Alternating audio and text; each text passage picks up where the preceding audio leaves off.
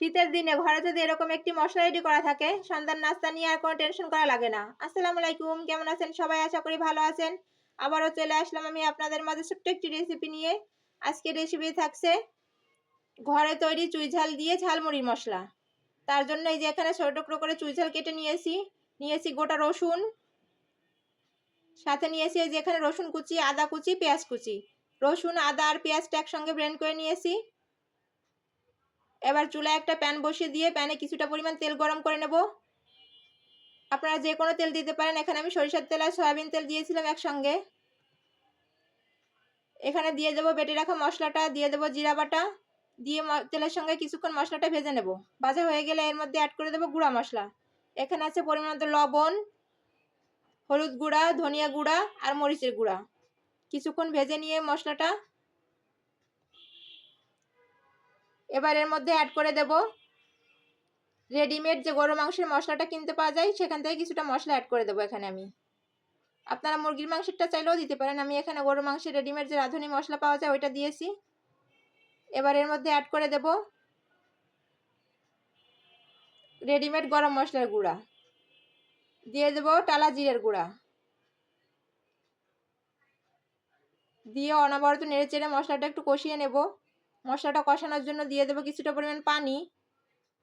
পানিটা দিয়েও মশলাটা ভালো করে তেলের সঙ্গে কষিয়ে নেব। এই যে মশলা থেকে যখন তেল ছেড়ে আসবে, এ পর্যায়ে এসে কেটে রাখা চুইঝালগুলো দিয়ে দেবো এর মধ্যে। দিয়ে দেবো গোটা রসুন, দিয়ে মশলার সঙ্গে ভালো করে একটু কষিয়ে নেব। মশলার সঙ্গে অনবরত নেড়ে চেড়ে একটু কষিয়ে নেব। এখানে আমি সামান্য পরিমাণ পানি অ্যাড করব।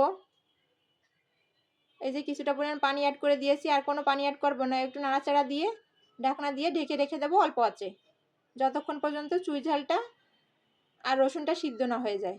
এই যে মাঝে মাঝে একটু নাড়াচাড়া করে দেব।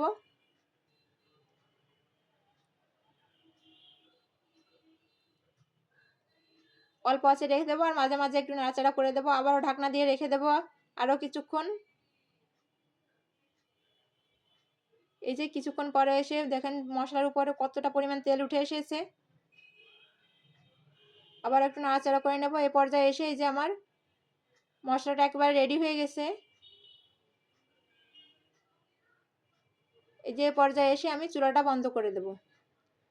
চুলাটা বন্ধ করে দিয়ে ঠান্ডা করে একটা জারে রেখে দেবো। নর্মাল ফ্রিজে আপনারা অনেক দিন পর্যন্ত সংরক্ষণ করতে পারেন। কেমন হলো অবশ্যই জানাবেন আমার চুই ঝাল দিয়ে রসুন দিয়ে ঘরে তৈরি ঝালমুড়ি মশলাটা।